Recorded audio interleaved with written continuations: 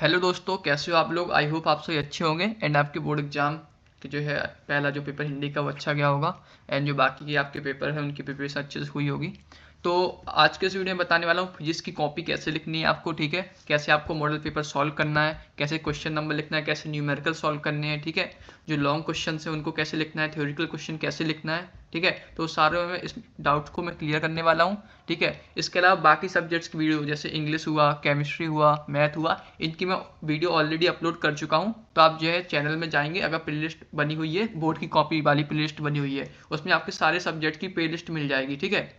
तो वहाँ से आपको वहाँ से आप वीडियो देख लीजिए। इसके अलावा जो टाइम मैनेजमेंट की वीडियो है मैं ऑलरेडी अपलोड कर चुका हूँ, तो वो भी आपको जो है प्लेलिस्ट में मिल जाएगी, ठीक है। हर सब्जेक्ट के प्लेलिस्ट में आपको उसके टाइम मैनेजमेंट की वीडियो वो मिल जाएगी, कौन से पेन ले जाना है, कौन, ठीक है, कौन कौन सी बातों का ध्यान रखना है, उस सब की वीडियो मैं अपलोड कर चुका हूँ। तो आप अगर सर्च करेंगे या प्लेलिस्ट में जाएंगे तो आपको मिल जाएगी।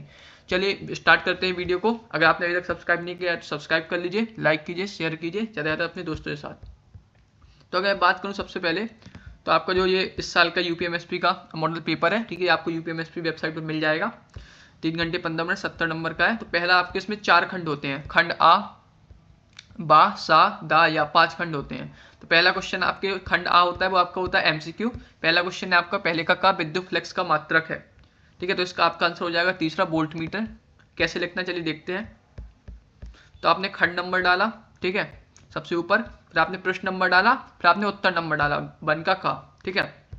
फिर इसका आपको करना है, साइड में लिखना है, ऑप्शन नंबर डालना है और ऑप्शन भी लिख देना। ऑप्शन में जो लिखा है आंसर, जैसे वोल्ट मीटर यहाँ पे लिखा है, वो आपको लिख देना है। इससे क्या है, एग्जामिनर को क्लियर हो जाए कि हाँ यही आंसर लिखा है, दूसरा नहीं लिखा है। क्योंकि अगर आप सिर्फ तीसरा लिखेंगे तो हो सकता है उसे डाउट हो कि ये दो लिखा है या 3 लिखा है। कई बार क्या हो जाता है कि एक इधर उधर फैल जाती है, तो क्लियर नहीं होता है। तो इसलिए आप जो ऑप्शन में जो लिखा हुआ है मटेरियल वो भी लिख दीजिए।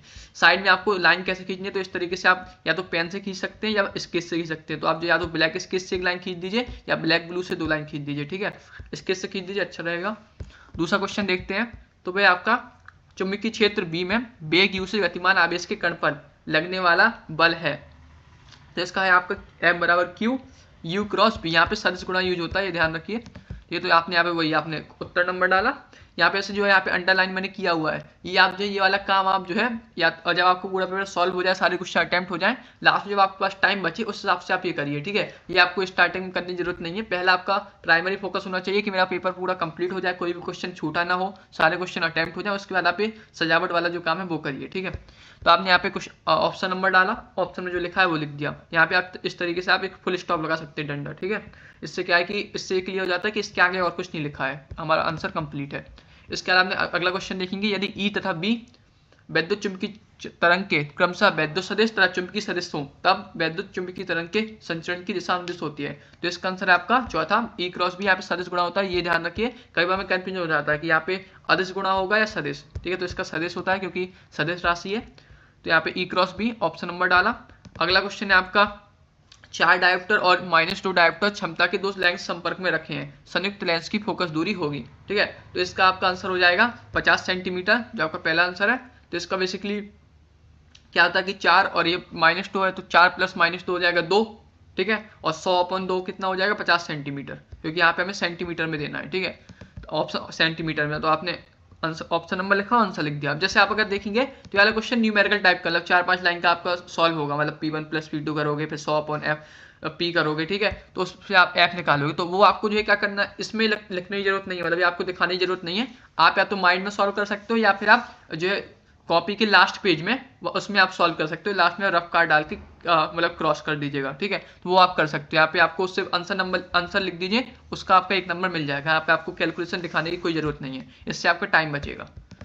इसका अगला अगर ऑप्शन देखें तो वह आपका एक धातु के क्वेश्चन देखें, धातु के पृष्ठ पर 6 इलेक्ट्रॉन वोल्ट ऊर्जा के फोटॉन आपतित होते हैं, तब उत्सर्जित फोटो इलेक्ट्रॉन की अधिकतम ऊर्जा 4 इलेक्ट्रॉन वोल्ट होती है। तो निरोधी विभव होना चाहिए। तो इसका आंसर हो जाएगा आपका 4 इलेक्ट्रॉन वोल्ट। ऑप्शन नंबर डाला, ठीक है, और आंसर लिख दिया। इसका जो आपका लास्ट क्वेश्चन है वो है आपका पी प्रकार का अर्धचालक बनाने के लिए शुद्ध जर्मेनियम में मिलाया जाने वाला अपद्रव्य होता है। तो इसका आंसर है आपका एल्यूमिनियम। ये आपका थ्योरेटिकल क्वेश्चन है, ठीक है। तो आपने ऑप्शन नंबर डाला और आंसर लिख दिया। इसके बाद बात करते हैं अगला क्वेश्चन की, ठीक है। तो यहाँ से आपका नया खंड स्टार्ट होता है, खंड बा। यहाँ पे आपका एक एक नंबर के आपके 6 क्वेश्चन होते हैं, ठीक है। देखते हैं कैसे लिखना है। तो पहला क्वेश्चन है आपका विशिष्ट चालकता के लिए सूत्र एवं मात्रक लिखिए, ठीक है। तो आपका बेसिकली डेफिनेशन और सूत्र मात्रक लिखने वाला क्वेश्चन। तो आपने सबसे पहले खंड नंबर डाला, ठीक है, उसको अंडरलाइन कर दिया। यहाँ पे आपको लाइन हर पेज में खींचनी है, ठीक है। अच्छा, एक डाउट बहुत जो कॉमन मैंने देखा है कमेंट्स में बहुत लोगों का है कि भैया जो हमारी लाइन्स हैं ये साइड वाली हमें दोनों साइड खींचनी चाहिए, एक साइड ही खींचनी चाहिए, ठीक है। तो देखो ये दोनों ही मतलब सही है, ऐसा कोई मतलब दिया नहीं हुआ है कि आप या तो कि आप दो साइड नहीं खींच सकते, आप एक ही साइड खींचना चाहिए, दोनों ही सही है। आप जिसमें मतलब ज़्यादा कंफर्टेबल फील कर रहे हो वो आप करिए। नॉर्मली अगर आप देखेंगे तो एक लाइन अगर आप खींचेंगे तो उतना इनफ है, मतलब ठीक है, आपको दूसरी तरफ खींचने की कोई जरूरत नहीं है। अगर आपकी आदत हो दोनों तरफ लाइन खींचने की तो आप करिए, नहीं तो एक साइड लाइन खींचना इनफ है, ठीक है। सो आई होप आपका डाउट सॉल्व कर दिया होगा मैंने। प्रश्न नंबर लिख दीजिए, उत्तर नंबर डालिए।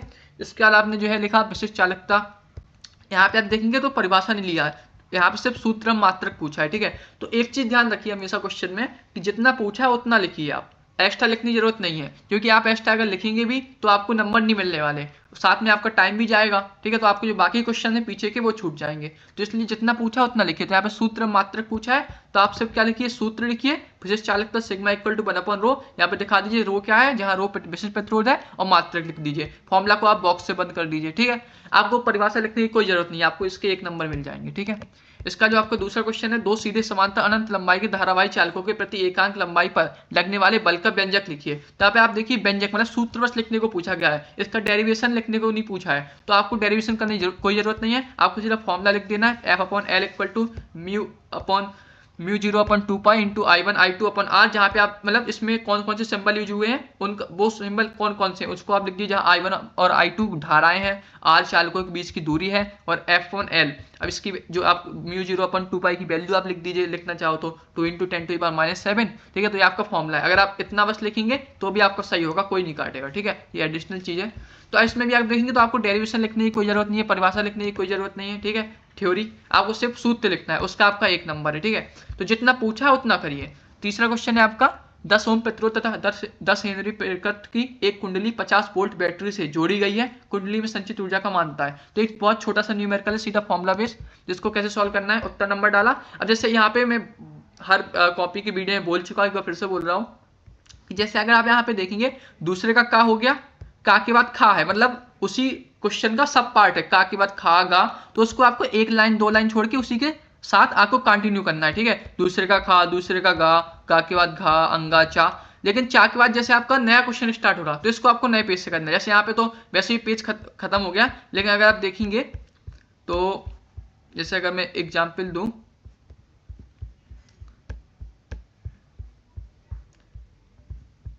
यहाँ पे चूंकि यहाँ पे मतलब सारे जो क्वेश्चन है वो आपके एंड पे ही खत्म हो रहे हैं, लेकिन आपको कोई क्वेश्चन ऐसे हो सकते हैं जो कि आपके मतलब बिल्कुल एंड पे, जैसे अगर आप देखेंगे ये क्वेश्चन नंबर 6 है, ठीक है। तो इसका आपका एक ही क्वेश्चन है, तो ये आपका जो लगभग 1.5 से 1.25 पेज पे खत्म हुआ, यहाँ पे आपको 4-5 लाइनें बच गई, ठीक है। और अगला क्वेश्चन आपका नया क्वेश्चन है, तो उसको आपको नए पेज से लिखना है, ठीक है। यहाँ पे आपको यहीं से लिखने की जरूरत नहीं है, आपको 4-5 लाइन आधा पेज बच जाए तो छोड़ दीजिए। तो आपको नया क्वेश्चन नए पेज से करना है, और जो आपके सब पार्ट है उसको आपको कंटिन्यू करना है, कंटिन्यू रखना है। मतलब जैसे यहाँ पे आप देखेंगे तो खा के बाद गा आएगा, यहाँ पे आपको एक लाइन दो लाइन छोड़ दीजिए, ठीक है। तो आपको दूसरे नंबर गा। तो जैसे मैंने न्यूमेरिकल आपको मैथ वाली कॉपी में ही बताया था, केमिस्ट्री की जो न्यूमेरिकल उसमें ही बताया था कि आपको क्या करना है। न्यूमेरिकल में मोस्टली एक टेम्पलेट फॉलो होता है कि आप सबसे पहले ये लिखिए कि आपको क्या क्या दिया हुआ है, ये मैंने फिर इसकी प्रिपरेशन वाली वीडियो में बताया है, ठीक है। क्या क्या दिया हुआ है वो आप लिख लीजिए कि आर की वैल्यू क्या है, एल की वैल्यू क्या है जो हमें दी हुई है, ठीक है। क्या ज्ञात करना है हमें उसका वो लिख दीजिए कि हमें यू फाइंड करना है ऊर्जा, फिर इसके बाद आप हल करिए, ठीक है। तो आपको आर की वैल्यू दी हुई है, एल की वैल्यू दी हुई है, बी की वैल्यू दी है, यू हमें निकालना है। तो मैंने आपको बताया था जैसे कि जो हमें निकालना है, जिसकी वैल्यू हमें फाइंड आउट करनी है, उसका आप फॉर्मूला देखिए। फॉर्मूला क्या है, तो हमारे पास फॉर्मूला है U equal to half L I square, वो आपने लिख दिया। अब देखिए हमें इसमें क्या क्या दिया हुआ है, क्या क्या निकालना है। एल की वैल्यू हमें दी हुई है 10 हेनरी, आई की वैल्यू हमें नहीं दी हुई है, ठीक है। तो आई की वैल्यू हमें फाइंड आउट करनी है, तो इसके लिए हमें दूसरा फॉर्मूले का यूज करना पड़ेगा। अब आई की अगर देखेंगे तो आई के लिए जो फॉर्मूला होता है बी/आर, तो आई के लिए बी/आर और बी और आर की वैल्यू दी हुई है। तो जो मैंने बताया था कि हो सकता है कई बार डायरेक्ट आपको फॉर्मूले की में जो जो चीजें चाहिए होती है वो नहीं दी हुई हो, उसके लिए आपको दूसरा फॉर्मूला यूज करना पड़ेगा, और उस फॉर्मूले में जो जो चीजें यूज होंगी उसकी आपको वैल्यू दी होगी। तो यहाँ पे आई के लिए बी/आर है, बी और आर की वैल्यू दी हुई है, यहाँ से आपकी आई की वैल्यू आ जाएगी, आई की वैल्यू पुट करेंगे तो आपकी यू की वैल्यू आ जाएगी। मात्रक लिखना बहुत जरूरी है, मत भूलिएगा, क्योंकि अगर आप मात्रक लिखेंगे तो हो सकता है 2-3 नंबर के न्यूमेरिकल है तो 1 नंबर आधा नंबर काट दे, ठीक है। तो जब भी आप जो आंसर लिखिए, आंसर के साथ अगर उसका कोई मात्रक है, जूल, किलोवाट, ठीक है, एम्पियर जो भी उसका मात्रक वो जरूर लिखिए, नहीं तो नंबर काट देता है कई बार एग्जामिनर, ठीक है, आधा नंबर 1 नंबर। और इसको आपको आंसर को आपको ब्लैक स्केच से आप बंद कर दीजिए, या ब्लैक पेन से लिख दीजिए, या ब्लैक बॉक्स से बंद कर दीजिए, ठीक है, आपके पास कई सारे ऑप्शन है, ठीक है। सो आई होप आपको ये डाउट क्लियर हो गया होगा कैसे न्यूमेरिकल सॉल्व करना है। और क्वेश्चन देखते हैं, तो अगला क्वेश्चन है आपका क्रांतिक कोण की परिभाषा लिखिए, ठीक है। तो ये आपका थ्योरी बेस्ड क्वेश्चन है पूरा, तो इसमें आपको यहाँ पे क्या है, परिभाषा पूछा है, तो यहाँ पे आपको डेफिनेशन लिखनी है। तो आपने क्वेश्चन आंसर नंबर डाला, उत्तर नंबर 2 का घ क्रांतिक कोण। तो अब जैसे अब यहाँ पे आप देखिए 2 तरीके से आप लिख सकते हैं, ऐसे हेडिंग है, ठीक है, छोटी सी हेडिंग है, या तो आप इसको बीच में लिख दीजिए, या आप इसको साइड में लिख सकते हो, ठीक है।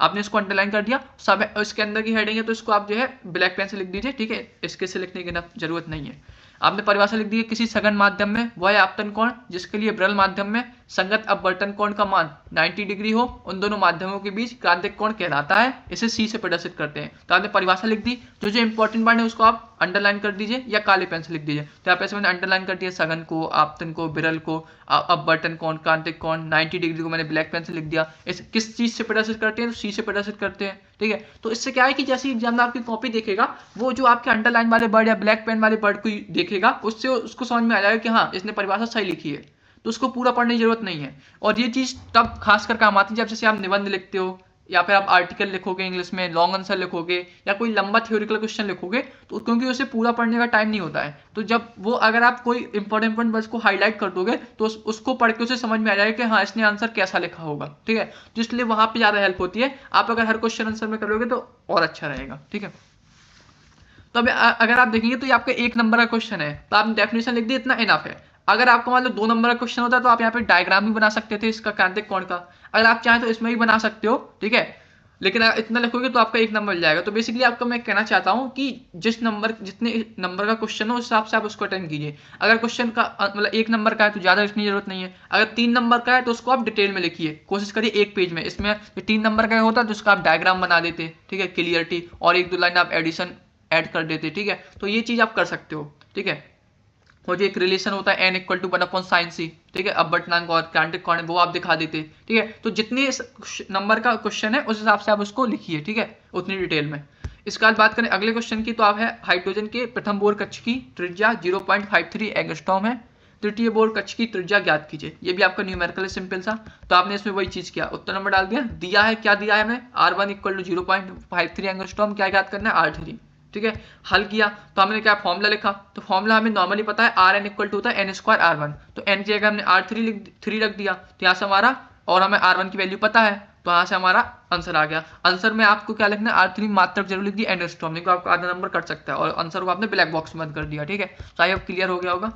इसके बाद बात करें अगले क्वेश्चन की, है इलेक्ट्रॉन सूक्ष्मदर्शी में त्वरक के विभव का मान ज्ञात कीजिए जबकि इलेक्ट्रॉन का तरंग दैर्ध्य 1 एंगस्ट्रॉम है। ये भी 1 नंबर का सिंपल सा न्यूमेरिकल है, 3-4 लाइन का दिया है, लैम्डा = 1 एंगस्ट्रॉम, ज्ञात करना है, v = v की वैल्यू में ज्ञात करनी है, ठीक है। हल, अब इसमें हमने फॉर्मूला देखा कि ठीक है, तो हमने देखा कि फॉर्मूला में v का चाहिए, तो यहाँ से आप देखेंगे तो फॉर्मूला आपका v का बन जाएगा 150/λ², ठीक है। नॉर्मली हम लैम्डा के टर्म में फॉर्मूला में याद होता है, तो हमने वो लिख दिया, लैम्डा =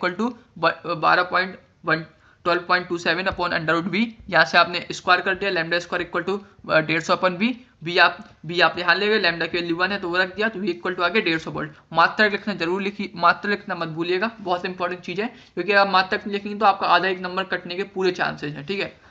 क्योंकि जब हम बाद में हम सोचते हैं ना कि हमारा पूरा क्वेश्चन सही है, हमें लगता है कि हमारे पूरे नंबर आ जाएंगे, लेकिन फिर हम देखते हैं नंबर हमारे कट गए हैं, कम हुए हैं। तो ये इन्हीं छोटी छोटी चीज़ों में हम जब मात्रक लिखना भूल जाते हैं, या फिर यही छोटी छोटी जो गलतियां हैं, इसलिए मिस्टेक्स हैं, ठीक है, उनमें हमारे नंबर कटते हैं।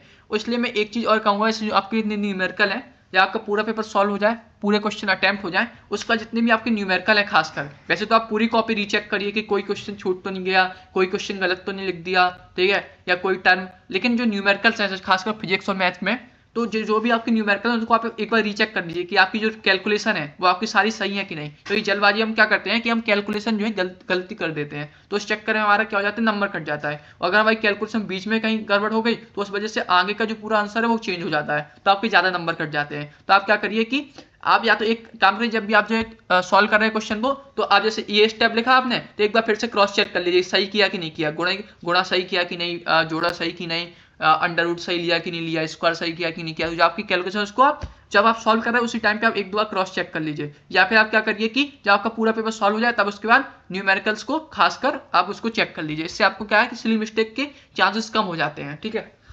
इसके बाद बात करें अगला क्वेश्चन की, क्वेश्चन नंबर 3। यहाँ पे आपका नया खंड स्टार्ट होता है 2 नंबर के लिए। तो आपका खंड 7 2-2 नंबर वाले, इसमें 4 क्वेश्चन होते हैं। तो आपका पहला क्वेश्चन है 6 ओम के मोटे तार को खींचकर इसकी लंबाई दोगुनी कर दी जाती है, तार के नए प्रतिरोध की गणना कीजिए। तो ये आपके न्यूमेरिकल टाइप ही है। तो इसमें आपको क्या किया, सबसे पहले आपने खंड नंबर डाला, पृष्ठ नंबर डाला, उत्तर नंबर डाला, ठीक है। तो आपने लिखा माना तार की लंबाई तथा अनुप्रस्थ क्षेत्रफल क्रमशः L तथा A है, अतः प्रतिरोध R equal to rho L upon A। R की वैल्यू हमें दी हुई है 6 ओम, ठीक है। हमें देखो R की वैल्यू दी हुई है 6 ओम और इसकी लंबाई तार की खींच के हमें दोगुनी कर देते हैं। तो हमने पहले लंबाई मान ली L है और क्षेत्रफल A है। अब लिखा तार की प्रश्नानुसार तार की लंबाई खींचकर दोगुनी कर दी जाती है, तब नई लंबाई L dash equal to 2L, ठीक है। हमें एक कॉन्सेप्ट इसमें पता है, ठीक है, कि माना तार का नया अनुप्रस्थ क्षेत्रफल A डैश है, तो जो आयतन है तार का वो सेम रहता है, ठीक है। जब आप लंबाई खींचोगे तो उसका क्षेत्रफल घट जाएगा, लेकिन जो आयतन होता है ओवरऑल वो सेम रहता है। तो आयतन क्या होगा, L into A equal to L dash into A dash, पुराना आयतन इक्वल टू नया आयतन। तो यहाँ से आप जो है L डैश की वैल्यू L के टर्म में रख देंगे, A डैश की वैल्यू आप जो है यहाँ से फाइंड आउट कर देंगे। तो A डैश की वैल्यू आ गई आपकी A अपॉन 2। अतः तार का नया प्रतिरोध R डैश इक्वल टू क्या होगा, rho L dash upon A dash. Rho क्या है, विशिष्ट प्रतिरोध है, वो कि तार के लिए सेम ही होगा क्योंकि तार तो सेम है, ठीक है। तो लंबाई को चेंज करने से कोई फर्क नहीं पड़ेगा। तो यहाँ पे हमने L डैश की वैल्यू रख दी 2L, A डैश की वैल्यू चाहिए थी हमें, तो A अपॉन 2। तो यहाँ से आपका R डैश की वैल्यू आ गई 24 ओम। तब देखिए इसका जरूरत हमें क्यों पड़ी, हमें कैसे पता चलेगा कि हमें इसकी जरूरत है। तो आप सबसे पहले क्या करेंगे कि हमें नया प्रतिरोध निकालना है R डैश। तो R डैश का फॉर्मूला क्या होता है, रो L dash upon A dash. L dash के लिए पता है 2L है, A डैश की वैल्यू हमें नहीं पता, तो A डैश की वैल्यू फाइंड आउट करने के लिए हमें ये सब करना पड़ा, ठीक है। तो आप क्या करिए, फॉर्मूले को लिंक करिए, जो हमें निकालना है उसका फॉर्मूला लिखिए, उस फॉर्मूले में जो जो चाहिए उसकी वैल्यू अब देखिए हमारे पास दी हुई है कि नहीं। जो वैल्यू नहीं दी हुई है उसके लिए नया फॉर्मूला यूज करिए, उस फॉर्मूले के लिए आपको कुछ वैल्यू दी हुई होगी, तो ऐसे आपको फॉर्मूले को लिंक करते जाना है, ठीक है। इसके अलावा आप देखेंगे तो ये आपका क्वेश्चन 2 नंबर का है। अगर 2 नंबर क्वेश्चन या 3 नंबर क्वेश्चन तो इस तरीके से आप सॉल्व कर दीजिए, ठीक है। ये आपको डिटेल वाला वर्जन है। अगर मान लो ये क्वेश्चन आपको 1 नंबर में दिया होता है तो आपको इतना सारा लिखने की जरूरत नहीं है। आप क्या कर सकते हो, सीधा एक फॉर्मूला होता है कि R dash equal to N square L1, ठीक है। जो भी आपकी नई लंबाई है, ठीक है, N स्क्वायर, N मतलब क्या है कि कितना गुना, जैसे यहाँ पे 2 गुना किया तो N इक्वल टू 2 है, तो N स्क्वायर हो जाएगा 4, तो 6 चौके 24, तो N स्क्वायर L होता है फॉर्मूला, ठीक है। तो sorry R2 equal to N square R1, ठीक है। तो यहाँ पे R जो है, तो यहाँ पे 6 चौके 24, तो लंबाई दोगुनी की गई है तो 6 चौके 24 हो जाएगा। तो वहां पे आप N स्क्वायर का मल्टीप्लाई करके भी आप सीधे निकाल सकते हो, आपको इतना डिटेल करने की जरूरत नहीं है अगर 1 नंबर में दिया हो, इससे आपको टाइम बच जाएगा, ठीक है। अगले क्वेश्चन का देखें, किसी प्रिज्म से अधिकतम विचलन कोण 30 डिग्री है, प्रिज्म के प्रथम अपवर्तक पृष्ठ पर अपवर्तन कोण 30 डिग्री है, प्रिज्म के पदार्थ का अपवर्तनांक ज्ञात कीजिए। 2 नंबर का है, ये भी आपका न्यूमेरिकल है। इसको कैसे सॉल्व करना है, उत्तर नंबर डाला, ठीक है। अब जैसे आप देखेंगे यहाँ पे, तो यहाँ पे आपका ये तीसरे का के बाद खाते, इसको आप कंटिन्यू करिए, यहीं से लिखिए। दिया है डेल एम की वैल्यू दी हुई है 30 डिग्री, आर की वैल्यू दी हुई 30 डिग्री, ठीक है। आपका अपवर्तन कोण है 30 डिग्री है, अल्टीमेट विचलन कोण क्या होता है, डेल एम होता है। तो उसको आप सिंबल के रूप में लिखिए, पूरा लिखने की जरूरत नहीं है। याद करना है अपवर्तनांक n इक्वल टू, हल हमने किया। अब इसमें भी हम वही सेम प्रोसेस अप्लाई करेंगे। हमें n की वैल्यू फाइंड आउट करनी है। n का हमने फॉर्मूला लिखा, n equal to sine a plus del M by 2 upon sine a by 2, ठीक है। अब यहाँ पे एक चीज ध्यान रखने की जरूरत है, यहाँ पे कहीं नहीं लिखा कि पतला प्रिज्म है, तो हम यहाँ पे सीधे direct a plus del M by, मतलब a plus del M by n equal to a plus del M upon a, ये हम कहीं पे यूज नहीं कर सकते, मतलब समझ रहे हो। तो इसका मतलब बेसिकली जो मैं कहना चाहता हूँ वो ये है, यहाँ पे हम नॉर्मली क्या करते थे, पतले प्रिज्म में हम sine a plus del M by 2 को a plus del M by 2 के इक्वल मान लेते थे, साइन को बहुत छोटा होता है क्योंकि, लेकिन यहाँ पे पतला प्रिज्म नहीं लिखा है, तो इसलिए आप यहाँ पे जो नॉर्मल जनरल फॉर्मूला है उसको यूज करेंगे। तो ये छोटी छोटी चीजें, इसलिए हम कहते हैं एक चीज आप और ध्यान रखिए कि क्वेश्चन को 2 बार पढ़िए, कि क्वेश्चन में क्या दिया हुआ है, क्या पूछ रहा है, ठीक है। कोई चीज हम ऐसा कोई टर्म छूट मिस तो नहीं कर रहे हैं जिससे पूरा क्वेश्चन बदल सकता है, फॉर्मूला बदल सकता है, ठीक है। इसका हम जानते हैं कि a इक्वल टू होता है 2r, तो a इक्वल टू 2r। अब देखो यहाँ पे हमें a की वैल्यू चाहिए, डेल m की वैल्यू चाहिए। डेल m की वैल्यू हमें दी हुई है, a की वैल्यू नहीं दी हुई है, तो a के लिए हमें क्या हमने दूसरा फॉर्मूला यूज करना पड़ेगा। तो a इक्वल टू 2r होता है, तो वहां से हमें r की वैल्यू दी हुई है, तो यहाँ से हम a की वैल्यू निकाल देंगे 60 डिग्री, फॉर्मूले में रख देंगे। तो यहाँ पे आपका n equal to sine 45 upon sine 30, n equal to 1/√2 upon 1/2, इसका आ जाएगा n equal to under root 2। तो इसमें वही किया हमने, फॉर्मूला हमने निकाला, फॉर्मूले में a की वैल्यू चाहिए, a की वैल्यू हमें नहीं दी हुई है डायरेक्टली, तो एक हमने फॉर्मूला यूज किया, उसके लिए आर की वैल्यू चाहिए, आर की वैल्यू दी हुई है, उसको रख दिया, वैल्यू पुट कर दिया फॉर्मूले में, आंसर आ गया। और यहाँ पे अंडर 2 अपवर्तनांक का कोई मात्रक नहीं होता, तो यहाँ पे मात्रक की कोई जरूरत नहीं है। इसके आज आपने इसको बॉक्स से बंद कर दिया, ब्लैक स्केच से बंद कर दीजिए, ठीक है। जो आपका सिंपल सा न्यूमेरिकल है, आप देखेंगे फॉर्मूला बेस ही है, इसमें 2 फॉर्मूले का यूज हुआ और आपका सॉल्व हो गया। तो आपको जो ज़्यादातर आप देखेंगे जो फॉर्मूले न्यूमेरिकल होते हैं क्वेश्चन पेपर में, 1 नंबर 2 नंबर 3 नंबर है, वो सिंपल ही होते हैं। 5 नंबर में जो न्यूमेरिकल होते हैं वो थोड़ा डिफिकल्ट होते हैं, ठीक है। तो आपका गा नंबर वाला क्वेश्चन है, परमाणु द्रव्यमान मात्रक एटॉमिक मास यूनिट की परिभाषा दीजिए, इसका मान किलोग्राम तथा मेगा इलेक्ट्रॉन वोल्ट में व्यक्त कीजिए। 2 नंबर का है, परिभाषा पूछा गया है और एक रेडिएशन पूछा गया है। तो आपने क्या किया, उत्तर नंबर डाला। जैसे मैंने आपका जो क्रांतिक कोण वाला था उसमें बीच में हेडिंग डाली थी, इसमें मैं साइड में डाली, तो आप कोई भी अप्लाई कर सकते हो फॉर्मेट। साइड में हेडिंग डाली, ठीक है। आप यहाँ पे अंडरलाइन कर दिया, ये बाद में करिएगा। तो आपने परिभाषा लिखी, परमाणु नाभिकों एवं मूल कणों के द्रव्यमान व्यक्त करने में प्रयुक्त इकाई को परमाणु द्रव्यमान मात्रक कहते हैं, जो कि कार्बन 12 के परमाणु द्रव्यमान का 12वां भाग होता है, ठीक है। तो आपकी एडिशनल इन्फॉर्मेशन है, इससे आपको क्या है, नंबर कटने के चांसेस नहीं होंगे, ठीक है। और जो भी इंपॉर्टेंट वर्ड है नाभिक परमाणु द्रव्यमान, इसको आपने अंडरलाइन कर दिया।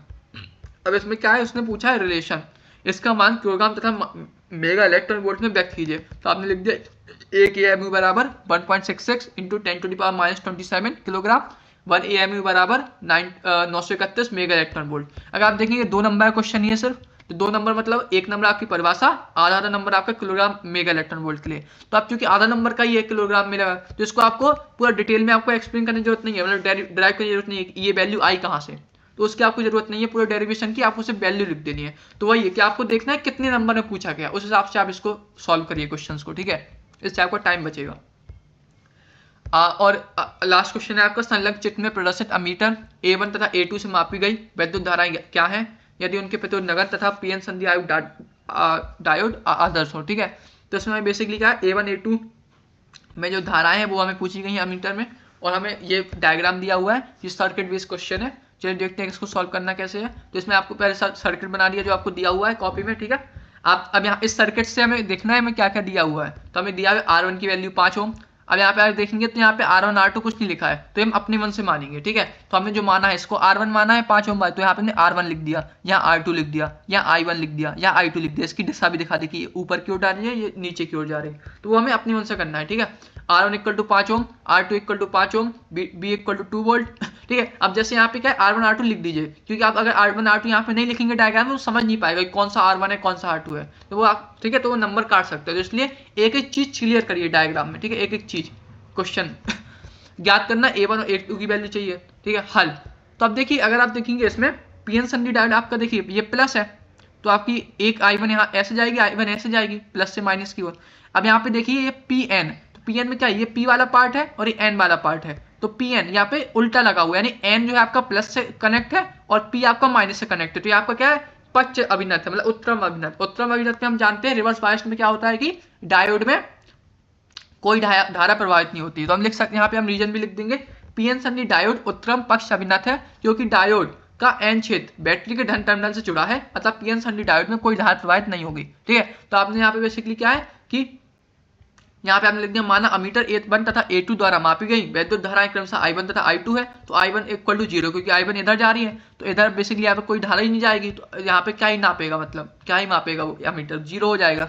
तो आप डायरेक्टली 0 लिख देंगे, ठीक है। तो इसलिए आपको उसको रीजन देना है कि क्यों 0 हुआ। डायरेक्टली अगर आप 0 लिख देंगे तो हो सकता है आपका एक नंबर काट ले, आधा नंबर काट ले, तो इसलिए आप ये रीजन भी लिख दीजिए क्यों 0 हुआ। I2 की वैल्यू क्या होगी, सिंपली आपका क्या है, B/R, B की वैल्यू है 2 और R2 की वैल्यू है 5, तो 0.4 एम्पियर। तो I2 की वैल्यू आ गई आपकी 0.4 एम्पियर, ठीक है। आप चाहें तो इसको और अच्छे से लिखना चाहते हैं, यहाँ पे I1 I2 की वैल्यू लिख दीजिएगा, ठीक है, क्योंकि अमीटर जो विद्युत धारा की वैल्यू नाप रहा है जो कि I1 I2 है, तो यहाँ पे आप I1 I2 लिख दीजिए A1 A2 की जगह, वो ज़्यादा अच्छा रहेगा, ठीक है। तो आपने I1 I2 की वैल्यू निकाल दी, उसको बॉक्स में बंद कर दिया, ठीक है। सो आई होप आपको समझ में आ गया होगा न्यूमेरिकल कैसे सॉल्व करने हैं, सर्किट बेस्ड वाली क्वेश्चन और नॉर्मल क्वेश्चन, ठीक है। इसके बाद बात करो अगले क्वेश्चन की, प्रश्न नंबर 4 नया खंड है आपको, यहाँ से आपको 3-3 नंबर वाले क्वेश्चन स्टार्ट हो जाते हैं, 5 क्वेश्चन है, ठीक है। तो चौथे का क्या है आपका, विभव प्रवणता से क्या तात्पर्य है, विभव प्रवणता एवं विद्युत क्षेत्र की तीव्रता के मध्य संबंध स्थापित कीजिए। तो आपने बेसिकली उसमें डेफिनेशन पूछा है, ठीक है, और आपका डेरिवेशन पूछा है, ठीक है। संबंध स्थापित कीजिए, तो यानी कि स्थापित करना मतलब डेरिवेशन है, एक तरीके से निगमन कीजिए, स्थापित कीजिए, ठीक है।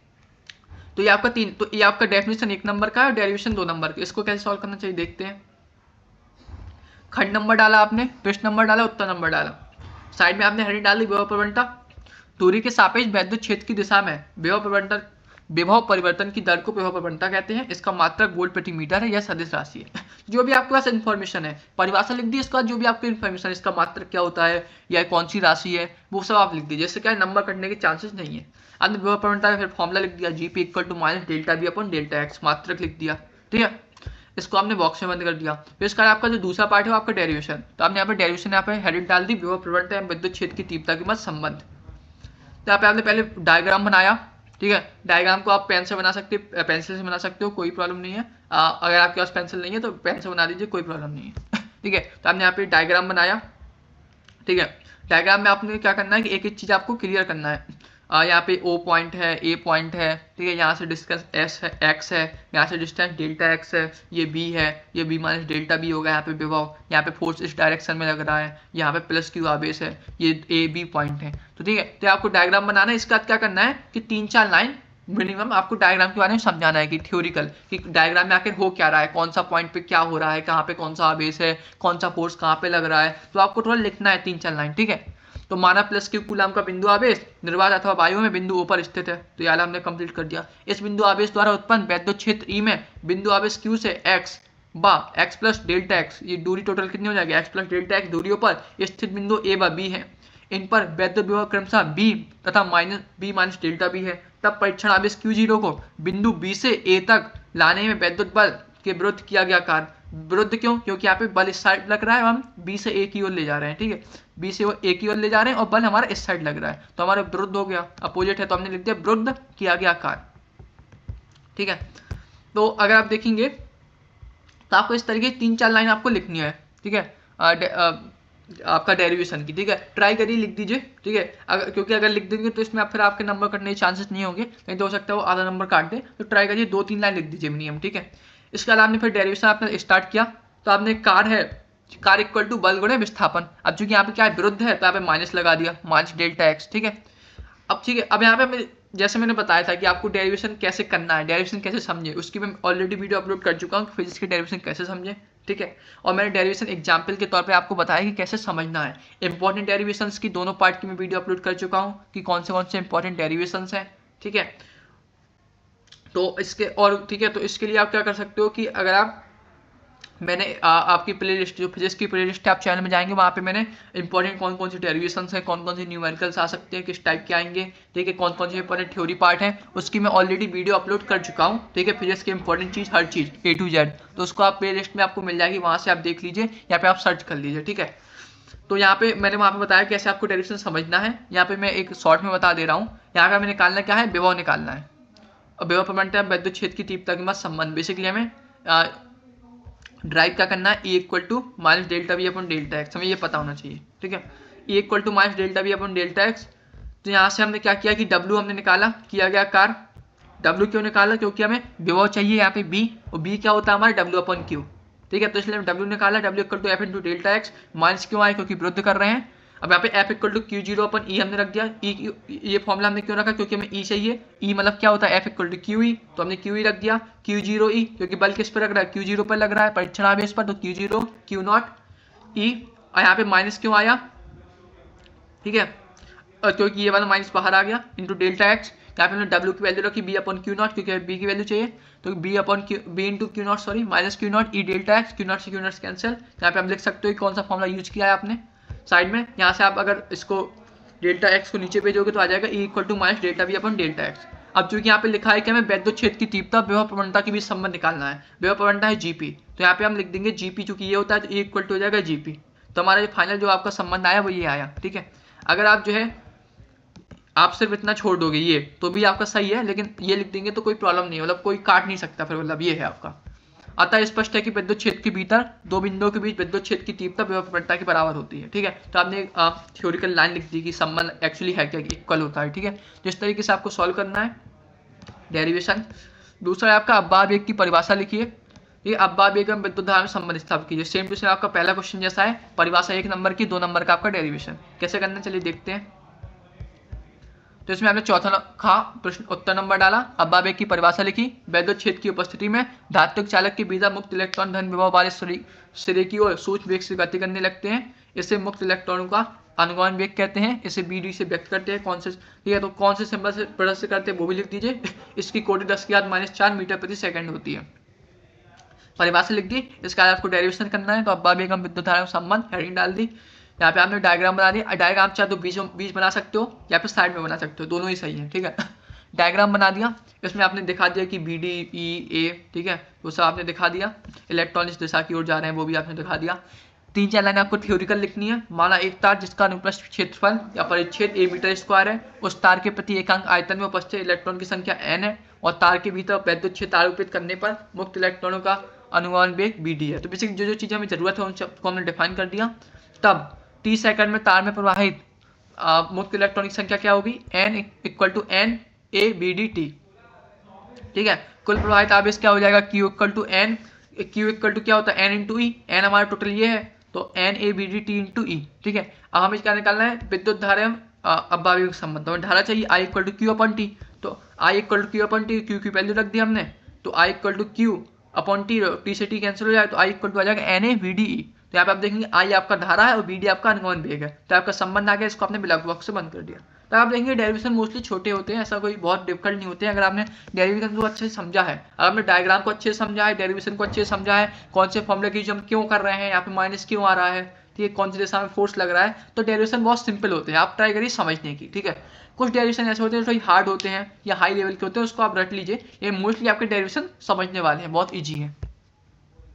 अगला क्वेश्चन है आपका, एक प्रोटॉन, एक न्यूट्रॉन तथा एक अल्फा कण समान विभवांतर से त्वरित होकर एक समान चुंबकीय क्षेत्र के लंबवत प्रवेश करता है। पहला, इनकी गतिज ऊर्जा की तुलना कीजिए। दूसरा, यदि प्रोटॉन के वृत्ताकार मार्ग की त्रिज्या 10 सेंटीमीटर हो तो न्यूट्रॉन तथा अल्फा कण के मार्गों की त्रिज्या क्या होगी। तो 2 क्वेश्चन है, 1.5 नंबर के हैं, ठीक है, दोनों आपके न्यूमेरिकल टाइप हैं। चलिए देखते हैं कैसे करना है इसको। तो आपने उत्तर नंबर डाला, एक प्रोटॉन, एक न्यूट्रॉन तथा एक अल्फा कण समान विभवांतर से त्वरित होकर एक समान चुंबकीय क्षेत्र के लंबवत प्रवेश करता है, ठीक है। तो गतिज ऊर्जा की तुलना, माना विभवांतर B वोल्ट है, विभवांतर B के कारण सभी कणों की गतिज ऊर्जा K = V × Q हो जाएगा। प्रोटॉन का आवेश E है, अतः प्रोटॉन की गतिज ऊर्जा Kp = VE हो जाएगा। न्यूट्रॉन का आवेश भी E है, अतः न्यूट्रॉन की गतिज ऊर्जा Kd = VE हो जाएगा, ठीक है। और अल्फा कण का आवेश क्या होता है? 2E होता है, तो अतः अल्फा कण की गतिज ऊर्जा हो जाएगी K α = 2Be।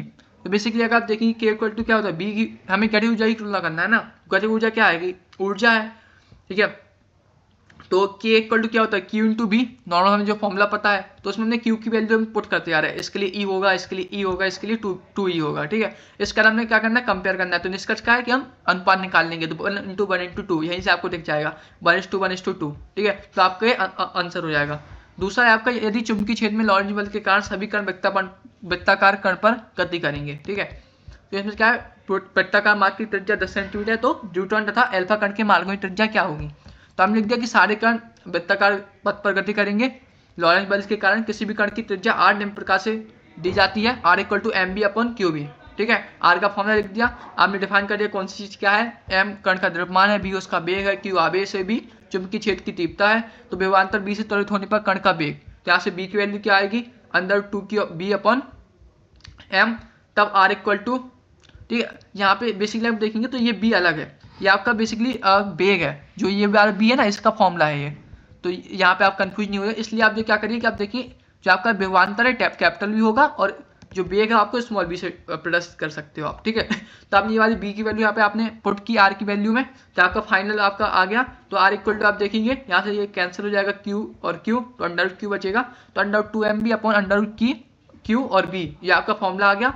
अब जस्ट आपको क्या करना है, प्रोटॉन के लिए Q = E होता है, M = mp होता है, तो वो पुट कर दिया, तो 2mpb/√E b। न्यूट्रॉन के लिए Q = E होता है, M = 2mp होता है, तो वो पुट कर दिया, तो ऐसा आ जाएगा आपका √2 × rp। अल्फा कण के लिए Q = 2E होता है और M = 4mp होता है, तो r अल्फा हो जाएगा √2 × rp। अब हम rp के टर्म में क्यों निकाल रहे हैं? क्योंकि हमें प्रोटॉन की त्रिज्या दी हुई है, बाकी दो की निकालनी है, तो इसलिए हम rp के टर्म पे निकाल रहे हैं इसको, ठीक है। rp के टर्म में चेंज कर दिया, तो rp = हमें दिया हुआ है 10 सेंटीमीटर, तो rd कितना हो जाएगा? rd बेसिकली न्यूट्रॉन p मतलब प्रोटॉन, अल्फा मतलब अल्फा कण, ठीक है। तो यहाँ से आप √2r, तो यहाँ से आपका 14.14 सेंटीमीटर और आर अल्फा भी 14.14 सेंटीमीटर। तो आपने क्या किया, तीनों को आपने फॉर्मूला में आरपी की टर्म में चेंज कर दिया और आरपी की वैल्यू दी है तो वहां से आपकी तीनों वैल्यू आ जाएंगी बाकी दो। ठीक है, आई होप समझ में आ गया होगा। अगला क्वेश्चन है आपका फैराडे के वैद्युत चुंबकीय प्रेरण संबंधी नियम बताइए। 3 नंबर का क्वेश्चन है, ये आपका थ्योरिकल क्वेश्चन है डेफिनेशन वाला। तो फैराडे के विद्युत चुंबकीय प्रेरण संबंधी नियम, फैराडे ने अपने प्रयोगों के आधार पर वैद्युत चुंबकीय प्रेरण की घटना के संबंधित निम्नलिखित 2 नियम दिए। पहला नियम, ठीक है, वैद्युत चुंबकीय प्रेरण की घटना में किसी कुंडली में प्रेरित विद्युत भाग बल का परिमाण चुंबकीय फ्लक्स में परिवर्तन की ऋणात्मक दर के बराबर होता है। फॉर्मूला आपने लिख दिया, अर्थात E = -ND∅B/dt, जहाँ n कुंडली में फेरों की संख्या है। यहाँ पे आपने जो इंपॉर्टेंट पार्ट्स है, विद्युत भाग बल, ऋणात्मक फ्लक्स, उसको आपने अंडरलाइन कर दिया। द्वितीय नियम लिखा, वैद्युत चुंबकीय प्रेरण की घटना में प्रेरित धारा की दिशा ऐसी होती है कि वह उस कारण का विरोध करती है जिससे कि वह स्वयं उत्पन्न होती है। यह नियम लेंज का नियम भी कहलाता है। इसमें कोई फॉर्मूला नहीं है तो लिखने की जरूरत नहीं है, इंपॉर्टेंट वर्ड्स को अंडरलाइन कर दीजिए। अब इसका आप देखेंगे तो ये आपका क्वेश्चन समाप्त हो गया। 1-2 लाइन छोड़िए, अगला सब पार्ट आप करिए कंटिन्यू। ठीक है, अगला क्वेश्चन देखें तो किसी पर्दे को बिंब से 90 सेंटीमीटर दूरी पर रखा गया है। पर्दे पर किसी उत्तल लेंस द्वारा उसे एक दूसरे से 20 सेंटीमीटर दूर स्थितियों पर रखकर 2 प्रतिबिंब बनाए जाते हैं। लेंस की फोकस दूरी ज्ञात कीजिए। 3 नंबर का क्वेश्चन है लेंस वाले चैप्टर से, जो मैंने बताया कि एक आपका लेंस वाले चैप्टर से आते ही आता है, एक आपका नाभ की ऊर्जा से आते ही आता है। ठीक है, एक आपका जो है विद्युत प्रेरण या प्रत्यावर्ती धारा से आता है, एक आपका जो है जो आपका 6वां सेल वाला चैप्टर है, ठीक है, किरचॉफ का नियम वाला, वो वाला, उससे आपका एक आते ही आता है। कुछ ऐसे चैप्टर से आते ही आते हैं तो उसकी ज़्यादा प्रैक्टिस कीजिए। ठीक है, तो आपने क्या किया, ज्ञात है जो आपने वो लिख दिया, बिंब तथा पर्दे के बीच की दूरी A = 90 सेंटीमीटर, इसको आपने A मान लिया। लेंस की 2 स्थितियों के बीच की दूरी D = 20 सेंटीमीटर, तो ये हमने जो दिया हुआ है 90 और 20 वो हमने लिख दिया। हमें ज्ञात क्या करना है, फोकस दूरी, तो ज्ञात करना है लेंस की फोकस दूरी F = क्या होगा हल। अब इसके लिए विस्थापन विधि का यूज करेंगे तो लेंस की फोकस दूरी F = A² - D² हमारा फॉर्मूला है। इसमें आप देखेंगे A और D की वैल्यू में चाहिए, दोनों में दी हुई है, सिंपली हम पुट कर देंगे। तो F = 90² - 20² × 90 सॉल्व करेंगे तो इसका आंसर आ जाएगा F = 21 × 39 सेंटीमीटर। मात्रा लिखना मत भूलिएगा, सेंटीमीटर, ठीक है, और इसको बॉक्स में बंद कर दीजिए। सिंपल सा डेरिवेशन है, न्यूमेरिकल है 3 नंबर का। इसके बाद बात करें अगले क्वेश्चन की, तो आपका क्वेश्चन नंबर 5 है। इसमें भी आपके 5 क्वेश्चन है 3-3 नंबर के, जैसे आपका चौथा क्वेश्चन था। ठीक है, तो इसको भी आपको सेम तरीके से आपको इसमें भी न्यूमेरिकल सॉल्व करने हैं और डेरिवेशन करने हैं और थ्योरिकल क्वेश्चन करने हैं सेम तरीके से। आप देखेंगे चौथा और 5 क्वेश्चन सेम तरीके के हैं, 5 क्वेश्चन 3-3 नंबर के, उतना ही लिखना है, उसी तरीके से सॉल्व करना है। ठीक है, क्योंकि टाइम मेरे पास कम है, मेरा भी कॉलेज है, मेरे भी एग्जाम वगैरह चलते रहते हैं, तो इसलिए मैं इस क्वेश्चन को सॉल्व नहीं कर पाया। ठीक है, क्योंकि टाइम नहीं है, तो इसलिए मैंने ये वाला आप सेम टू सेम उसी तरीके से करना है। कोई डाउट हो तो कमेंट कर दीजिएगा। इसके बाद बात करें अगले क्वेश्चन की। अगला टाइप है आपका खंड या इसमें आपके 5 नंबर के 4 क्वेश्चन होते हैं। ठीक है, 6वां नंबर देखते हैं, स्थिर वैद्युत स्थितिकी का गॉस प्रमेय लिखी। इसकी सहायता से एक समान रूप से आवेशित अनंत लंबाई के सीधे तार के निकट वैद्युत क्षेत्र की तीव्रता के लिए व्यंजक ज्ञात कीजिए, अथवा किसी समांतर प्लेट संधारित्र की धारिता का व्यंजक प्राप्त कीजिए जबकि दोनों प्लेटों के बीच परावैद्युत भरा हो। तो इसमें आप देखेंगे जो आपके चारों क्वेश्चन होते हैं उनमें आपको एक अथवा में ही मिलता है। ठीक है, तो जैसे अगर आपको न्यूमेरिकल नहीं समझ में आया तो आप डेरिवेशन कर सकते हो, आपको डेरिवेशन नहीं बनता तो आप न्यूमेरिकल कर सकते हो। ठीक है, तो आपका एक ऑप्शन रहता है, फ्लेक्सिबिलिटी रहती है, तो आपको अथवा में जो भी आपको सबसे अच्छा आता हो वो आप करिए। ठीक है, अगर आपको लगता है न्यूमेरिकल आपको बनता है तो आप न्यूमेरिकल करिए, क्योंकि न्यूमेरिकल में क्या है, आपको टाइम लगेगा, ये क्योंकि न्यूमेरिकल छोटा होता है, डेरिवेशन लंबा होता है। तो अगर आपको लगता है न्यूमेरिकल आपको बन जाएगा, आप श्योर हो, ठीक है, तो आप न्यूमेरिकल अटेम्प्ट करिए। अगर आपको लगता है कि न्यूमेरिकल आपको नहीं बनेगा या आप श्योर नहीं हो तो आप डेरिवेशन करिए। ठीक है, ये अप्रोच होनी चाहिए। तो यहाँ पे दूसरा आपका अथवा में है, किसी समांतर प्लेट संधारित्र की धारिता का व्यंजक ज्ञात कीजिए जबकि दोनों प्लेटों के बीच परावैद्युत भरा हो। तो इसमें दोनों में ही आपका डेरिवेशन ऑप्शन में है। ठीक है, तो यहाँ पे मैंने शायद अथवा वाला किया है। ठीक है, तो आपने खंड नंबर डाला, उत्तर नंबर डाला, यहाँ पे आपने साइड में लिख दिया कि आप अथवा वाला अटेम्प्ट कर रहे हो। ठीक है, समांतर प्लेट संधारित्र की धारिता के लिए व्यंजक का निगमन, तो आपने हेडिंग डाल दी, आपने यहाँ पे साइड में डायग्राम बना दिया। ठीक है, ब्लैक पेन से बना सकते हो कि आप मोस्टली काम ब्लू पेन से लिखते हैं अनुसार, तो आप डायग्राम ब्लैक पेन से बना दीजिए। ठीक है, तो आपने संधारित्र बना दिया प्लस, यहाँ पे प्लस क्यू दिखा दिया, आवेश माइनस क्यू, यहाँ पे आपने धरती से कनेक्ट कर दिया, अर्थ से कनेक्ट कर दिया, डिस्टेंस दिखा दिया, डी दिखा दिया, बीच में आपका के भरा हुआ है परावैद्युत पदार्थ। ठीक है, फिर आपने 4-5 लाइन आपने थ्योरिकल लिख दिया, क्योंकि 5 नंबर का क्वेश्चन है तो आप थ्योरिकल लाइन जरूर लिख दीजिए, 2-3 लाइन, 4-5 लाइन। ठीक है, तो इससे आपके नंबर नहीं कटेंगे। लेकिन नॉर्मल क्या है, आपसे डेरिवेशन लिखेंगे तो हो सकता है कि 1 नंबर आपका काट दे। ठीक है, तो ये आपका एग्जामिनर पर डिपेंड करता है। तो आप अपनी श्योरिटी के लिए कि नंबर आपका एक भी नहीं कटे तो आप थ्योरी भी पार्ट भी लिख दीजिए। ठीक है, 4-5 लाइन। तो माना एक समांतर प्लेट संधारित्र जिसकी प्रत्येक प्लेट का क्षेत्रफल a मीटर स्क्वायर है और प्लेटों के बीच की दूरी d मीटर है। प्लेटों के बीच एक परावैद्युत पदार्थ भरा हुआ है जिसका परावैद्यता k है। संधारित्र की पहली प्लेट में को प्लस क्यू कुल आवेश दिया जाता था विद्युत प्रेरण द्वारा दूसरी प्लेट पर माइनस की कूलम आवेश उत्पन्न हो जाता है। जो भी आपके इंपॉर्टेंट वर्ड है, क्षेत्रफल ए, परावैद्युत पदार्थ, ठीक है, और परावैद्युत प्लस क्यू माइनस क्यू, उसको आप अंडरलाइन कर दीजिए, ब्लैक पेन से लिख दीजिए। तब संधारित्र की प्लेट पर पृष्ठीय आवेश घनत्व क्या होगा, सिग्मा इक्वल टू क्यू अपन ए, ठीक है।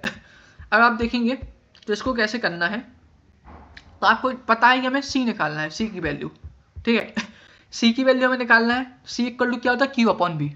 इसमें हम क्या करते हैं, बेसिकली बॉटम टू टॉप जा सकते हैं। अगर ऐसे आपको डेरिवेशन समझ में नहीं आ रहा, या फिर आपको नहीं समझ में आ रहा कि हम स्टार्ट कहाँ से करें, या बीच का स्टेप भूल गए, तो आप क्या कर सकते हो, रफ में आप बॉटम टू अप चाहिए, मतलब नीचे से आप ऊपर की ओर जाइए, आपको समझ में आ जाएगा कि कहाँ पे आपको लिंक करना है, कहाँ से स्टार्ट करना है। ये बहुत अच्छा होता है अगर आपको डेरिवेशन बार भूल रहा हो। जैसे यहाँ पे अगर मैं करके दिखाऊँ तो आपको सी की वैल्यू निकालना है, सी इक्वल टू क्या होता है, क्यू अपॉन बी, हमें फॉर्मूला पता है, क्यू अपॉन बी। तो हमें क्यू की वैल्यू तो नॉर्मल एक मतलब परिमाण है, हमें बी की वैल्यू चाहिए, है ना। तो अब यहाँ से हमारा काम होगा, हमें बी की वैल्यू चाहिए। बी इक्वल टू क्या होता है, ई इंटू डी, ठीक है। बी इक्वल टू क्या होता है, ई इंटू डी। तो हमें क्या चाहिए अब, बेसिकली ई, ठीक है, डी क्या आपकी डिस्टेंस है, तो हमें चाहिए ई, ई क्या है, फॉर्मूला है आपका विद्युत क्षेत्र, तो हमें ई की वैल्यू चाहिए। तो हमारा अगला मोटिव क्या होगा, हमें ई की वैल्यू चाहिए। तो हाँ, ई के लिए हमारा फॉर्मूला क्या होता है, E equal to sigma upon K epsilon nought, ठीक है। ये हमारे प्लेटों के बीच विद्युत क्षेत्र की तीव्रता होती है, हम जानते हैं। तो यहाँ से हमें सिग्मा की वैल्यू चाहिए, क्योंकि के हमारा कांस्टेंट है और सिग्मा एप्सिलॉन नॉट भी कांस्टेंट है, सिग्मा की वैल्यू चाहिए। तो sigma equal to Q upon A, तो हमें यहाँ से स्टार्ट करना है। अब यहाँ पर क्यू भी हमारा क्या है, एक मतलब राशि है, हमें जिसकी वैल्यू हमें पता है, निश्चित होती है। ए की वैल्यू भी हमारी क्षेत्रफल जो कि हमें पता होता है, परिमाण, ठीक है। तो बेसिकली हम यहाँ से हमारा, इसके बाद हमें और आगे नहीं जाना है। तो अगर आप जैसे डेरिवेशन भूल रहे हो बार बार कि कौन से फॉर्मूले का यूज करना है या कहाँ से स्टार्ट करना है, तो आप क्या करिए, बॉटम टू आप जाइए, ठीक है। आप रफ में क्या करिए कि आप सबसे पहले जो हमें निकालना है उसकी वैल्यू रखिए, उसके लिए हमें कौन सा फॉर्मूला चाहिए, उसके लिए हम, ठीक है, यहाँ पे बी का चाहिए, तो बी के लिए हमें कौन सा फॉर्मूला हम यूज कर सकते हैं वो देखिए, उस फॉर्मूले में हमें कौन सा फॉर्मूला यूज कर सकते हैं वो देखिए। जैसे आप फॉर्मूले को लिंक करते जाइए बॉटम टू अप, ठीक है। तो वहां से आपका बन जाएगा। यहाँ पे हमने क्या किया, sigma equal to Q upon A, संधारित्र की प्लेट पर पृष्ठीय आवेश घनत्व, प्लेट अब sigma equal to Q upon A आ गया, इसकी वैल्यू हम यहाँ पे रख देंगे। तो प्लेटों के बीच विद्युत क्षेत्र की तीव्रता, तो equal to sigma upon K epsilon not होता है, सिग्मा की वैल्यू यहाँ पे रख दीजिए, तो इक्वल टू क्यू अपॉन ए के एप्सिलॉन नॉट आ जाएगा। अब ई की वैल्यू आप यहाँ पे रख दीजिए, संधारित्र की दोनों प्लेटों की विभवांतर delta B equal to into D, E की वैल्यू रख दी, तो क्यू डी अपॉन ए के एप्सिलॉन नॉट। अब इस बी की वैल्यू हमारे यहाँ पे रख दीजिए। तो यदि संधारित्र की धारिता सी हो, तब धारिता की परिभाषा से C equal to Q upon delta B, Q upon value रख दीजिए, क्यू से क्यू कैंसिल हो जाएगा, तो आपका आ जाएगा सी इक्वल टू ए के एप्सिलॉन नॉट अपॉन डी। और यहाँ पे चूंकि एप्सिलॉन नॉट कांस्टेंट है, आप लिख सकते हो सी इज प्रोपोर्शनल टू ए के अपॉन डी। हमने बॉक्स से बंद कर दिया। तो आपको समझ में आया बेसिकली क्या है कि आप देखिए कि आपको क्या फाइंड करना है, हमें धारिता निकालना है। धारिता का फॉर्मूला क्या होता है, normal C equal to Q upon delta B. Q की वैल्यू हमें पता होती है, नॉर्मली आवेश है। डेल्टा बी की हमें वैल्यू निकालनी है। डेल्टा बी का फॉर्मूला क्या है, डेल्टा बी का हमें फॉर्मूला पता है, नॉर्मली क्या होता है, ई इंटू डी, है ना।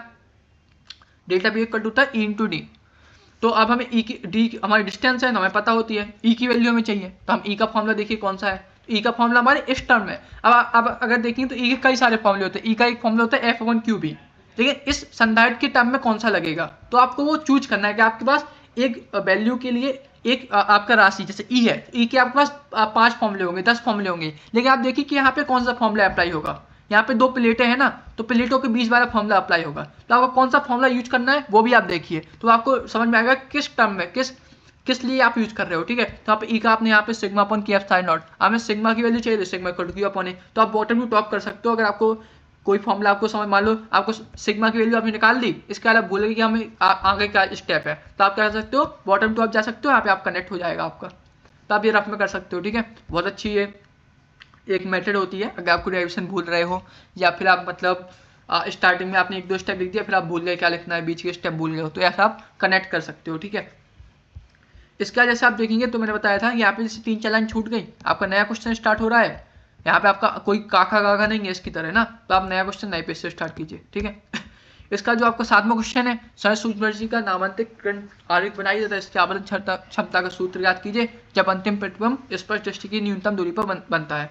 तो ये आपका थ्योरेटिकल क्वेश्चन है, इसमें एक डेरिवेशन भी है। तो आपको पहले क्या करना है कि डायग्राम बनाना है और उसके लिए आप आवर्धन क्षमता का सूत्र निगमन करना है। तो वही डेरिवेशन टाइप का है आपको, जैसे आपका ये डेरिवेशन है, ठीक है। तो इस तरीके से सेम टू सेम करना है, क्योंकि मेरे पास टाइम नहीं है, कम था, तो मैंने इसलिए सारे मैं नहीं कर पाया। जो वाला आप अपने मन से करिए। अथवा में आपका प्रकाश के विवर्तन से आप क्या समझते हैं, एक पतली झिर्री से प्रकाश के विवर्तन के कारण प्राक विवर्तन प्रारूप की व्याख्या कीजिए। तो इस तरीके से आप जो है, ये भी आपका थ्योरेटिकल क्वेश्चन है, ठीक है। आपका डायग्राम बनना है तो आप ये वाला भी कर देख सकते हो। ठीक है, 8वां क्वेश्चन है, हम देखिए हाइड्रोजन परमाणु की निम्नतम अवस्था में इलेक्ट्रॉन की ऊर्जा 13.6 इलेक्ट्रॉन वोल्ट है। एक 12.75 इलेक्ट्रॉन वोल्ट ऊर्जा का फोटोन हाइड्रोजन परमाणु के एक इलेक्ट्रॉन द्वारा निम्नतम ऊर्जा स्तर में अवशोषित किया जाता है। हाइड्रोजन परमाणु किस ऊर्जा स्तर तक उत्तेजित होगा? लाइमन श्रेणी की दूसरी या पावर श्रेणी की दूसरी रेखा की तरंग दैर्घ्य की गणना कीजिए।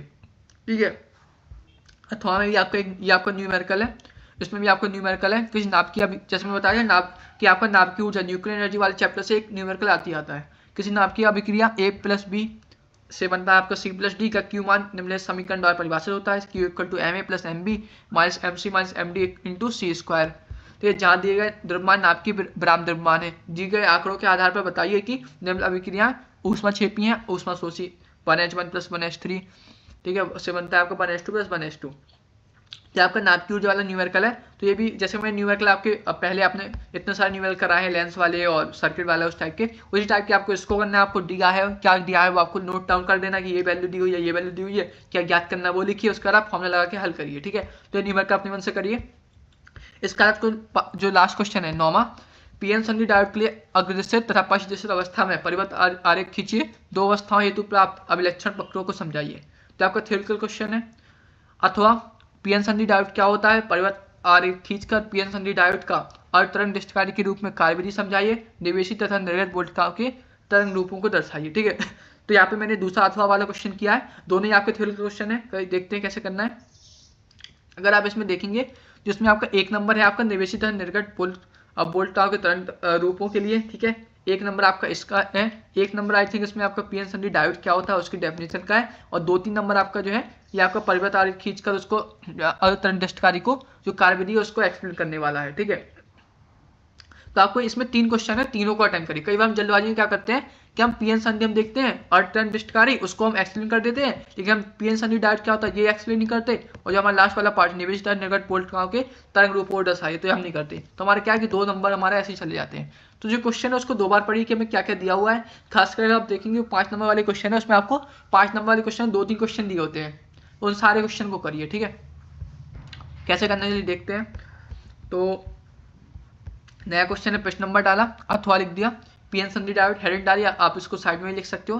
पीएन संधि एक अर्धचालक युक्ति है या एक अर्धचालक क्रिस्टल होता है जिसके एक ओर ग्राही अपद्रव्य और दूसरी ओर दाता द्रव्यों की अधिकता होती है, अर्थात क्रिस्टल का आधा भाग पी टाइप अर्धचालक और शेष आधा भाग एन टाइप अर्धचालक होता है। इस प्रकार दोनों अर्धचालकों के बीच बड़ी संधि को पीएन संधि कहते हैं। तो आपने बेसिकली डायग्राम बना दिया और परिभाषा लिख दी, जो इंपॉर्टेंट उसको अंडरलाइन कर दिया। आप बता दिया इसमें ये चीज क्या होती है, इलेक्ट्रॉन है, ये एन क्षेत्र है, ये ग्राही आयन, इस तरीके से आप दिखा दीजिए पीएन संधि है। ठीक है, जिससे आपके नंबर कटने के चांसेस नहीं होते। अगला आपका क्या है कि डेफिनेशन मतलब वो है आपका थ्योरेटिकल क्वेश्चन, पीएन संधि डायोड के अर्धतरंग दृष्टिकारी अभिक्रिया के में कार्यविधि समझाना है। तो हमने परिपथ आरेख बना दिया क्योंकि उसमें क्वेश्चन में लिखा है परिपथ आरेख खींचकर। तो परिपथ आरेख आपने बना दिया, उसको आपने थोड़ा डिस्क्राइब कर दिया कि पीएन संधि डायोड का अर्धतरंग दृष्टिकारी परिपथ लैंप चित्र में प्रदर्शित है, जिसमें प्रत्यावर्ती निवेशी वोल्टेज को एक उच्चाई ट्रांसफार्मर की प्राथमिक कुंडली के सिरों P1 P2 के बीच लगाया जाता है और इसकी द्वितीयक कुंडली का एक सिरा S1 संधि डायोड के P सिरे से और दूसरा सिरा S2 एक लोड परिपथ R के द्वारा संधि डायोड के N सिरे से जोड़ा जाता है। तब दिष्ट निर्गत वोल्टेज लोड के सिरे पर प्राप्त होता है। फिर आपने ये डायग्राम बना दिया, इसमें कौन सी चीज़ का है, यहाँ पे P1 ये है, P2 ये है, S1 S2 जो आपने यहाँ पे डिस्क्राइब किया वो आपने दिखा दिया। ये आपका पीएन संधि डायोड है, ये आपने दिखा दिया आपका आउटपुट वोल्टेज है लोड पर, ये आपका इनपुट डीसी वोल्टेज है। तो इस तरीके से आप दिखा दीजिए। ठीक है, इसके बाद आपने क्रियाविधि दिखाई जो आपकी मेन है, प्रत्यावर्ती निवेशी वोल्टेज के पहले अर्धचक्र के दौरान जबकि ट्रांसफार्मर की द्वितीयक कुंडली का सिरा S1 धनात्मक और S2 ऋणात्मक है, तब संधि डायोड अदृश्यत होता है और यह लोड परिपथ में धारा प्रवाहित करता है। निवेशी वोल्टेज के दूसरे अर्धचक्र के दौरान द्वितीय कुंडली का सिरा S1 ऋणात्मक होता है और S2 धनात्मक होता है। अब संधि डायोड पश्चिम होता है और लोड परिपथ में कोई धारा नहीं बहती है। प्रत्यावर्ती वोल्टेज के प्रत्येक चक्र में यही प्रक्रिया बार बार दोहराई जाती है। चूंकि निर्गत वोल्टेज निवेशी वोल्टेज तरंग के केवल अर्धभाग में होती है, अतः इस प्रक्रिया को अर्धतरंग दृष्टिकरण कहते हैं। तब बेसिकली दोनों ही अच्छे, पहले अर्धचक्र के दौरान क्या हो रहा है, कौन सा धनात्मक है कौन सा ऋणात्मक है, धारा प्रवाहित हो रही कि नहीं हो रही। दूसरे अर्धचक्र में सेम चीज क्या क्या हो रहा है, कौन कौन से ऑपरेशन हो रहे हैं, धारा प्रवाहित हो रही कि नहीं हो रही। तो आपने बता दिया कि क्रियाविधि की कैसे काम कर रहा है। उसके बाद आपने लास्ट में जैसे यहाँ पे दिखा सकते हो कि आखिर इसको हम अर्धतरंग दृष्टिकरण क्यों कहते हैं, क्योंकि आधे भाग को ये केवल आधे भाग को ही क्या करता है, ये आपका जो चेंज करता है। ठीक है, पूरे को नहीं कर सकता है। करता है। ठीक है, अब यहाँ पे जो आपका लास्ट पूछा है निवेशी तथा निर्गत वोल्ट का के तरंग रूपों को दर्शाइए, तो यहाँ पे आपने दोनों के वेव फॉर्म बना दिए। निवेशी वोल्ट का आपका ये है, ठीक है, एसी वोल्टेज, इसके अलावा आपका ये क्या है, अनिर्गत वोल्ट का है। ठीक है, ये आपका इसमें आप देखेंगे यहाँ पे आपको चेंज हुआ, यहाँ पे कोई धारा नहीं बह रही, फिर आपका धारा बह रही, फिर कोई धारा नहीं बह रही, तो आप दिखा दिया जिस करंट के पहले जिस करंट के बाद 0T 2T। ठीक है, तो प्लस माइनस तरीके से आप दिखा सकते हो। ठीक है, एसी से आप बेसिकली इसमें डीसी बदल रहा है, यहाँ पे हाफ डीसी में बदला है। ठीक है, तो इस तरीके से आपका क्वेश्चन पेपर होता है। लास्ट में आप क्या क्रॉस लगा दीजिए, ये सिग्निफिकेंस होता है कि हमारा पेपर खत्म हो गया, इसके आगे कोई क्वेश्चन नहीं लिखा है हमने। रोल नंबर अंकों में लिख दीजिए, शब्दों में लिख दीजिए, और आप क्या करिए हर पेज में आप जो है रोल नंबर लिखिए। तो आप जैसे क्या करिए, आप जैसे देखेंगे तो एक जैसे ये एक पेज हुआ और ये एक पेज है। ठीक है, जैसे ये एक पेज है और ये एक पेज है। ठीक है, तो ये दोनों मिलके एक पन्ना बनता है। तो एक पन्ना के एक साइड, मतलब या तो इस साइड लिख दीजिए या इसके दूसरे साइड, तो इसका दूसरा साइड ये हुआ, तो इन दोनों साइड में से कोई एक साइड आप रोल नंबर लिख दीजिए, उतना इनफ है। हर पेज में लिखने की जरूरत नहीं है, हर पन्ने में लिख दीजिए, हर 2 पेज में एक बार लिख दीजिए। ठीक है, तो इससे आपके सेफ्टी के लिए होता है, तो आप रोल नंबर लिख दीजिए। और ये जो जैसे आपका अंडरलाइन करना है, ये सब आप जो है लास्ट में करिए। ठीक है, और इस तरीके से आपको पेपर सॉल्व करना है। आई होप आपको सारे डाउट्स क्लियर हो गए होंगे। अभी भी कोई है तो आप कमेंट कर दीजिए, कोई डाउट हो। ठीक है, और इस वीडियो को ज़्यादा शेयर करिए जिससे और भी लोगों का फायदा हो। अदर सब्जेक्ट्स की वीडियो कॉपी कैसे लिखना है उसकी मैं डाल चुका हूँ। हर सब्जेक्ट की इंपॉर्टेंट वीडियो की मैं अपलोड कर चुका हूँ मोस्टली। ठीक है, आपको प्ले लिस्ट में मिल जाएगी। पिछले साल ही मैंने टाइम मैनेजमेंट की, ठीक है, पिछले साल मैंने टाइम मैनेजमेंट कैसे करें, कौन से पेन ले जाने हैं, ठीक है, कौन कौन सी बातों का ध्यान रखना है, हर मैथ के इंपॉर्टेंट चैप्टर्स, कौन कौन से इंपॉर्टेंट डिफरेंशिएशन के क्वेश्चन है, कौन कौन से समाकलन के इंपॉर्टेंट क्वेश्चन है। ठीक है, और हर चैप्टर के इंपॉर्टेंट क्वेश्चंस की वीडियो, केमिस्ट्री के मैं फिजिकल केमिस्ट्री की डाल चुका हूँ। ऑर्गेनिक में हर चैप्टर के कौन कौन से इंपॉर्टेंट रिएक्शन है उनकी वीडियो मैं पिछले साल ऑलरेडी अपलोड कर चुका हूँ। ठीक है, ऑलरेडी अपलोड कर चुका था, तो वो आपको प्ले लिस्ट में मिल जाएंगी। ठीक है, या फिर मैं वापस री अपलोड कर दूंगा, आपको प्ले लिस्ट में मिल जाएंगी। ठीक है, आप चैनल में जाएंगे, प्ले लिस्ट वाला सेक्शन होता है, वहाँ आप देखेंगे हिंदी की, इंग्लिश की, केमिस्ट्री की, फिजिक्स की, मैथ की 5 सब्जेक्ट की प्लेलिस्ट बनी हुई है। उसमें आपको सारी की कौन कौन से इंपॉर्टेंट क्वेश्चंस हैं, कैसे टाइम मैनेजमेंट करना है, उन सब की आपको मिल जाएगा मटेरियल। ठीक है, इसके अलावा एक अलग से एक और प्लेलिस्ट है बोर्ड की कॉपी वाली, उसमें आपको सारे सब्जेक्ट की कॉपी कैसे लिखनी है उसकी वीडियो आपको मिल जाएगी। ठीक है, तो वहाँ से आपको मिल जाएगा, यहाँ पर आप सर्च कर सकते हो। ठीक है, मेरे चैनल का नाम डाल के और आगे आपका टॉपिक डाल के फिजिक्स इंपॉर्टेंट डेरिवेशन, तो आपको वीडियो मिल जाएगी। I hope. ठीक है, सो आपको ये वीडियो पसंद आई होगी, लाइक कीजिए, कमेंट कीजिए, दोस्तों ज़्यादा शेयर कीजिए। ठीक है, थैंक यू वेरी मच। कोई भी डाउट हो तो कमेंट कर दीजिए। All the best for board exam. Thank you very much.